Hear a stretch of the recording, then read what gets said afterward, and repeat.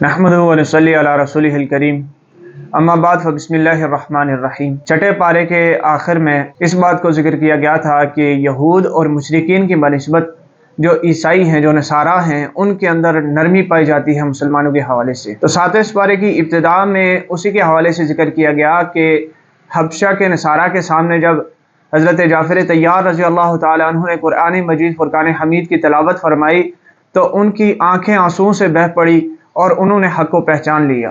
اس کے ساتھ ہی اس پارے کے اندر اللہ رب العزت نے اس بات کی وضاحت کی ہے کہ حلال اور حرام کا اختیار اللہ رب العزت کے پاس ہے۔ کسی بھی انسان کو یہ اختیار نہیں کہ وہ اللہ کی حلال کی ہوئی چیزوں کو حرام کر سکے یا اللہ نے جن چیزوں کو حرام کیا ہوا ہے وہ ان کو حلال کر سکے۔ پھر اس کے بعد اللہ رب العزت نے قسم کے حوالے سے بیان کیا۔ قسم تین طرح کی ہوتی ہے۔ پہلی قسم یمین لغو جس کو کہتے ہیں، یعنی ماضی کے کسی کام کے اوپر قسم اٹھانا اس یقین کے ساتھ کہ میں سچ بول رہا ہوں اور واقعہ اسی طرح ہے، لیکن حقیقت میں واقعہ اس طرح نہیں تھا، تو ایسی قسم یمین لغو کہلاتی ہے۔ اس کے اوپر گناہ بھی نہیں ہے اور کفارہ بھی نہیں ہے۔ اور قسم کی دوسری قسم یمین غموس ہے کہ ماضی کے کسی فعل کے اوپر قسم اٹھانا اور جھوٹی قسم اٹھانا، تو یہ سخت گناہ ہے۔ اسی طرح جو تیسری قسم ہے یمین منعقدہ جسے کہتے ہیں کہ مستقبل کے کسی کام کے لیے قسم اٹھانا کہ میں فلاں کام کروں گا یا فلاں کام نہیں کروں گا، تو اگر یہ قسم توڑتا ہے تو اس کے اوپر کفارہ لازم آئے گا کہ 10 مسکینوں کو کھانا کھلائے گا یا 10 مسکینوں کو کپڑے دے گا یا ایک غلام آزاد کرے گا یا پھر 3 دن کے مسلسل روزے رکھے گا۔ اس کے ساتھ اللہ رب العزت نے 4 چیزوں کا تذکرہ کیا جن کو اللہ رب العزت نے حرام کیا۔ ان میں سے پہلی چیز اللہ رب العزت نے شراب کو حرام کیا ہے۔ اس کے ساتھ دوسری چیز اللہ نے جوئے کو حرام کیا ہے۔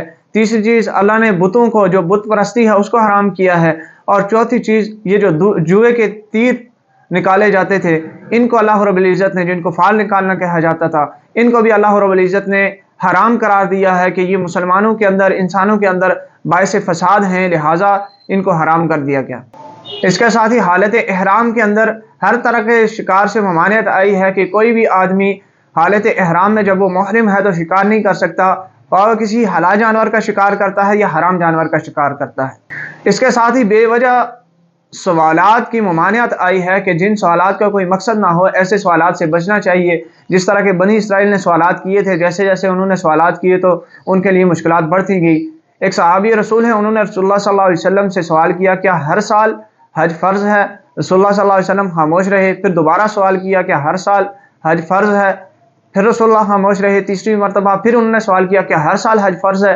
تو رسول اللہ صلی اللہ علیہ وسلم نے فرمایا کہ اگر میں یہ کہہ دیتا کہ ہر سال حج فرض ہے تو یقیناً تم پہ ہر سال حج جو ہے وہ فرض ہو جاتا، لہٰذا خود کو مشکل میں نہ ڈالو۔ یہاں پہ کثرت سوال اور بے وجہ سوالات کی ممانعت آئی ہے۔ اس کے بعد جہالت کی جو مشرکانہ رسومات ہیں ان کے حوالے سے ممانعت آئی ہے کہ جس طرح مشرکین بہت سارے جانوروں کو غیر اللہ کے نام پہ چھوڑ دیا کرتے تھے، تو اللہ رب العزت نے اس جاہلانہ اور مشرکانہ رسم کے حوالے سے فرمایا کہ ایسا کرنا حرام ہے۔ اس کے بعد انبیاء کرام کا تذکرہ ہے کہ آخرت میں انبیاء کرام سے سوال ہوگا کہ آپ نے اپنی امتوں تک دعوت کو پہنچایا تھا تو کیا آپ کی قوم، آپ کی امتیں ایمان لائی تھی؟ تو انبیاء کرام اللہ رب العزت سے یہ فرمائیں گے کہ ہم نے تو پیغام پہنچایا تھا، اب آپ ہی عالم الغیب ہیں، آپ ہم سے بہتر جانتے ہیں کہ کون ایمان لے آیا اور کس نے ہماری تردید کی، کس نے تکذیب کی ہے۔ اس کے ساتھ ہی حضرت عیسیٰ علیہ السلام کا تذکرہ ہے کہ ان سے ان کی قوم نے یہ کہا کہ آپ اللہ سے دعا کریں کہ اللہ ہمارے لیے آسمان سے دسترخوان یعنی مائدہ کو نازل فرمائے۔ تو اللہ رب العزت نے یہ فرمایا کہ اگر اللہ نے دسترخوان کو نازل فرما دیا، اس کے بعد بھی اگر اس قوم نے انکار کیا، تردید کی، تکذیب کی، تو اللہ پاک اسے عذاب کے اندر مبتلا کر دیں گے۔ پھر اس صورت کے آخر میں اللہ رب العزت نے حضرت مریم اور حضرت عیسیٰ علیہ السلام کا تذکرہ فرمایا کہ حضرت عیسیٰ علیہ السلام، حضرت مریم علیہ السلام سے سوال ہوگا کہ کیا آپ نے لوگوں کو یہ کہا تھا کہ اللہ کے علاوہ مجھے اور میری ماں کو بھی اپنا الہ بنا لو؟ تو حضرت عیسیٰ علیہ السلام فرمائیں گے کہ بے شک اللہ آپ کی ذات پاک ہے، میرے لیے یہ مناسب نہیں تھا کہ میں ناحق بات کروں، اور آپ تو جاننے والے ہیں۔ پھر اللہ رب العزت نے یہ بات فرما دی کہ وہ دن ایسا دن ہوگا، آخرت کا دن، کہ جس دن سچوں کے لیے نجات ہوگی اور جھوٹوں کے لیے ہلاکت ہوگی، جھوٹے ہمیشہ کے لیے ناکام ہو جائیں گے۔ اس کے بعد سورہ انعام ہے، چونکہ اس کے اندر جانوروں کا تذکرہ ہے اور جانوروں کو عربی میں انعام کہتے ہیں، تو اسی مناسبت سے اس کا نام سورہ انعام ہے۔ اس صورت میں اللہ رب العزت نے عقیدہ توحید، عقیدہ رسالت، عقیدہ آخرت اور اس کے ساتھ ساتھ اپنی ربوبیت، اپنی صفات، اپنی قدرت کے اوپر اللہ رب العزت نے دلائل کو ذکر کیا ہے۔ اس کے بعد مشرکین سے اللہ رب العزت نے یہاں پہ سوال کیا ہے، کہاں ہیں وہ لوگ جن کو تم اللہ کے علاوہ پکارا کرتے تھے، جن کو تم دنیا میں حاجت روا، مشکل کشا سمجھا کرتے تھے، جنہیں تم دنیا میں یہ سمجھا کرتے تھے کہ ہم اگر ان کے سامنے جھک جائیں گے تو ہمارے لیے باعث نجات ہے۔ اس دن وہ اپنے ان معبودوں سے مایوس ہو جائیں گے۔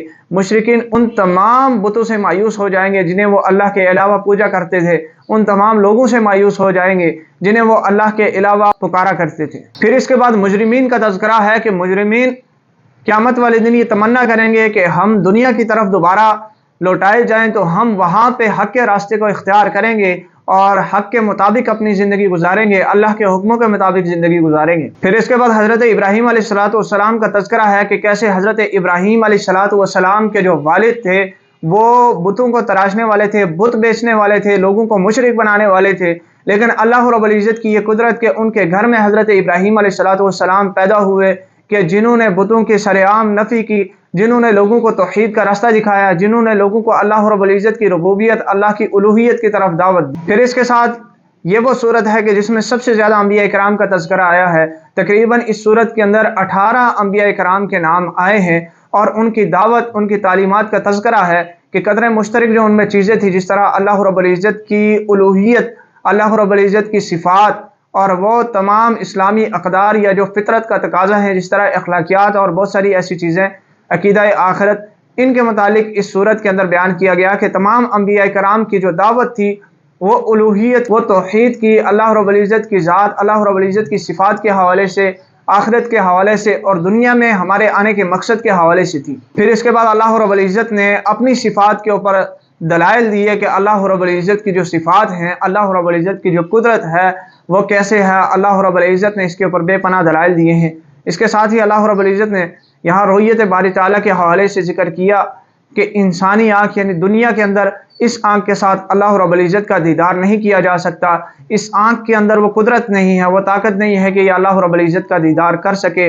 ہاں البتہ یہ ہے کہ آخرت کے اندر اللہ رب العزت کو دیکھا جا سکتا ہے، لیکن یہ دیکھنا بھی احاطے کے طور پہ نہیں ہوگا۔ باقی جہاں تک حضور اکرم صلی اللہ علیہ وسلم کی بات ہے کہ انہوں نے معراج کی رات اللہ رب العزت کی زیارت کی ہے، تو یاد رکھیں کہ وہ عالم بالا ہے نہ کہ عالم دنیا، لہٰذا عالم بالا میں اللہ رب العزت دیکھا جا سکتا ہے، جس طرح کہ جنت میں جنتی اللہ رب العزت کا دیدار کریں گے، لیکن ہمارا عقیدہ یہی ہے کہ یہ دیدار بطور احاطے کے نہیں ہوگا۔ تو اللہ رب العزت سے دعا ہے کہ اللہ پاک ہمیں حقیقی معنوں میں قرآن مجید، فرقان حمید کو سمجھتے ہوئے اپنے عقائد کو درست رکھنے کی توفیق عطا فرمائے۔ وآخر دعوانا الحمدللہ رب العالمین۔